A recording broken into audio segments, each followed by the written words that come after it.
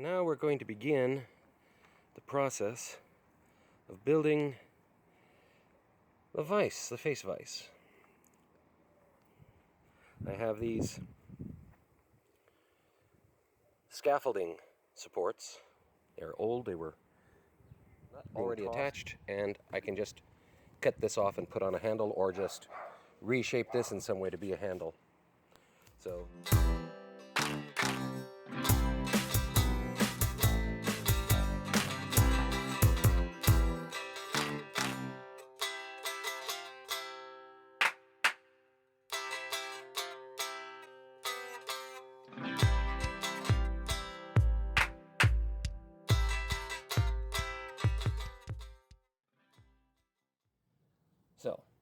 I'm going to laminate these two together to make the moving part, the actual vise. This is going to be the backer that goes between the top and the bottom of the bench. I'm going to shape this to be the nut for the handle. That is going to be my screw, and I'm going to modify that to be the nut inside the mechanism.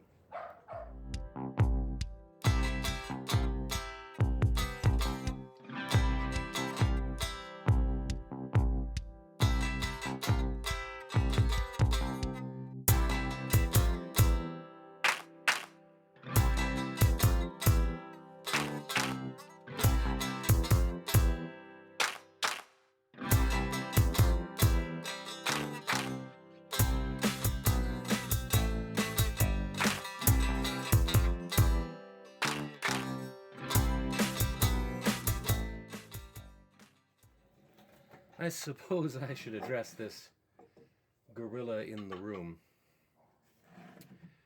A while back, my friend Robbie, one of my housemates, was doing a junkyard run for a job he was working on, and there was a guy just throwing this out. It's an old Craftsman radial arm saw. It's from like 1971, I believe, is the year we determined based on the serial number. And it came with a rolling work cart and all the adjustments. Everything works. The only thing is the engine, the motor, is exceedingly weak. And these teeth are too fine for the work I need to do with it, but I found a blade that'll do the job. So I effectively still spent no money on a new tool. And it turns out great because he needed the miter saw for another job. And this is why I cut 2 of this length. I only need 1, but despite my measurements, I'm exactly 1 tenon depth off, 3/4 of an inch. So I get to cut this again. Fortunately, I have the equipment and I have spare piece. And now this piece, which was going to be the front of the facing, is going to be a brace at the back that holds the nut in place. So this is the back face of the vise. I've already cut out the rabbets like I showed you earlier, finished them off at the plane. And now I'm getting ready to set this up against here. And I had a question about how deep it should go, and so I had to go back and review the plans. The chop is going to be 8 inches wide, basically like that. I'm going to leave this as this wide, but it has to snug up against the leg of the vise, or the bench, for strength. And then the second piece, which I have here, it's going to be cut down even further, goes behind it to add even more strength when I attach the nut. So I have taken my protractor. It's still set to 16 degrees off 90, measured down 3/4 of an inch, and then followed that line down to where it's going to be cut off. And so I'm going to take care of that right now, and then in a little bit I will show you how this was cut off. It's just a little thing that goes on the very back. Yeah,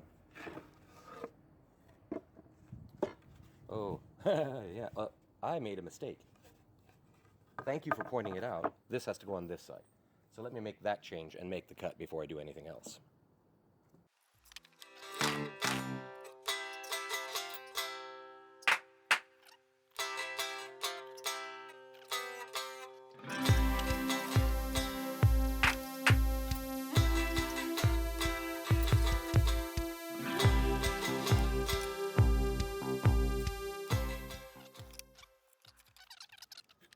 we have it.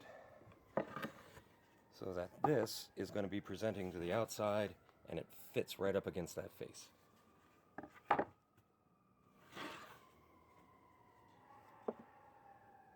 back piece is cut almost identically.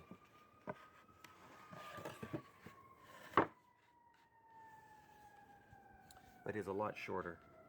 So I'm just going to cut this off.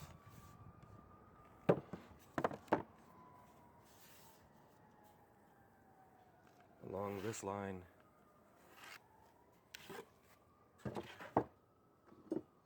Give it an inch or two down here.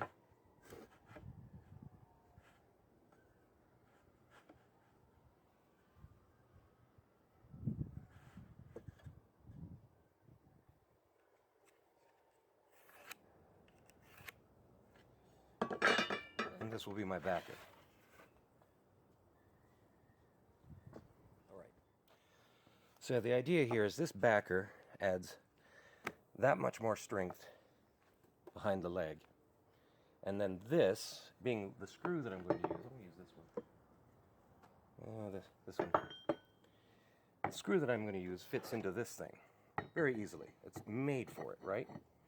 So it goes through, it stays in place. Now, according to Will Myers' plan, he had a nut from a professionally made wood screw, and it was wider than this, so it had to go beyond the leg of the bench to sit into a socket. That's not going to be the case with this, but I might still add a little bit more reinforcement, just so that there is something going across the back that does butt up against the leg, probably a piece of 3/4 inch, and this still fits in, but the 3/4 inch now adds more stress relief back here against the back of the leg, so that one, it sits nice and square, and two, it's not just this tenon, as deep as it is and as thick as it is, holding all of the pressure in the vise. Okay, so I cut a piece of wood that was supposed to be the chop. But looking at the plans, what I cut was a considerably shorter. It ends right about there, and it needs to end right about there. So I'm going to cut this out of some of my remaining wood, and it'll look prettier and it'll be more functional. It'll add more mass down below for better balance.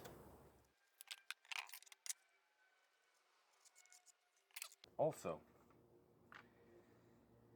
this is pine. It's store-bought pine. It's old, but it's still store-bought. Not as durable under stress as the white oak that Will Stiers made his bench out of, or his chop out of. So what I'm going to do is take this piece and laminate it to this piece,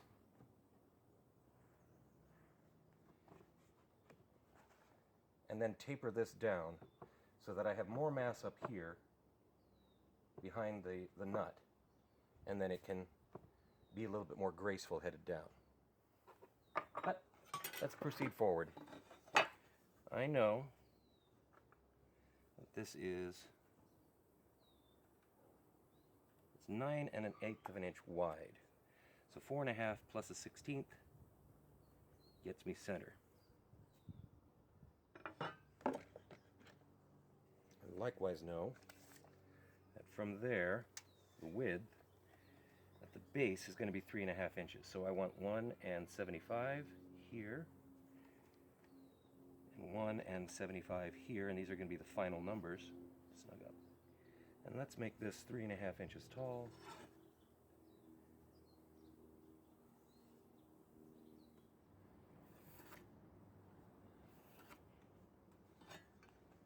And let's just give it a round over.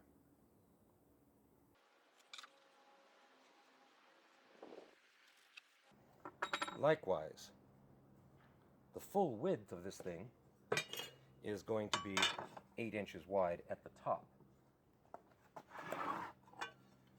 So once again, 4.5 plus a 16th.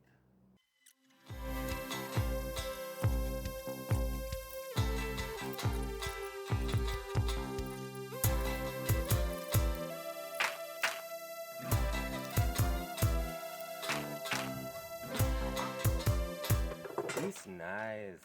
Let's get that cut out. All right. So there I have this.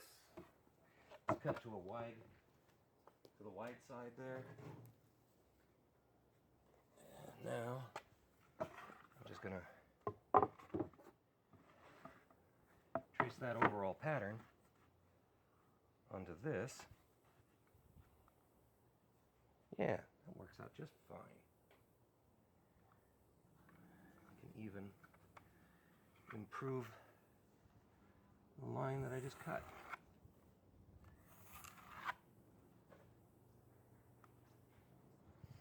All right, so now that's cut out, that's cut out. The grains are going to be aligned so that the bow gets compressed in the middle. And then I put the nut right there or right here, depending upon how deep a piece I think that I might want to use in this. I mean, the deepest piece that we have is a 2x12, and that's 11.5 inches, right? So I might take it down there so that the top of the screw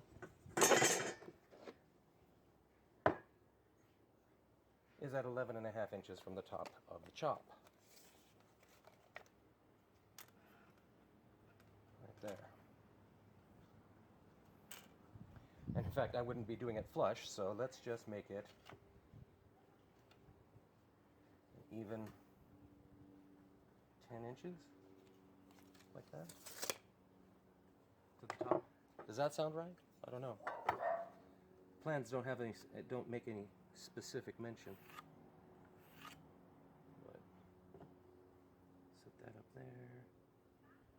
Make a mark here. Now, of course, there are going to be 2 different sizes of holes being drilled here. This is just marking where the screw will be proceeding through the whole thing. I got a bunch of these things, and the way they rusted up, I'm pretty sure they're low carbon steel. Might be something worth forging later on. Anyway, so I have to first, and I just made this mark, so I'm probably going to have to redo this whole thing again later. But I have to take this paint off, both sides, level it down nice and smooth, so that I have a good grippy surface for the glue. So, we will pick this up later, after I've done all that tedious work, in another video.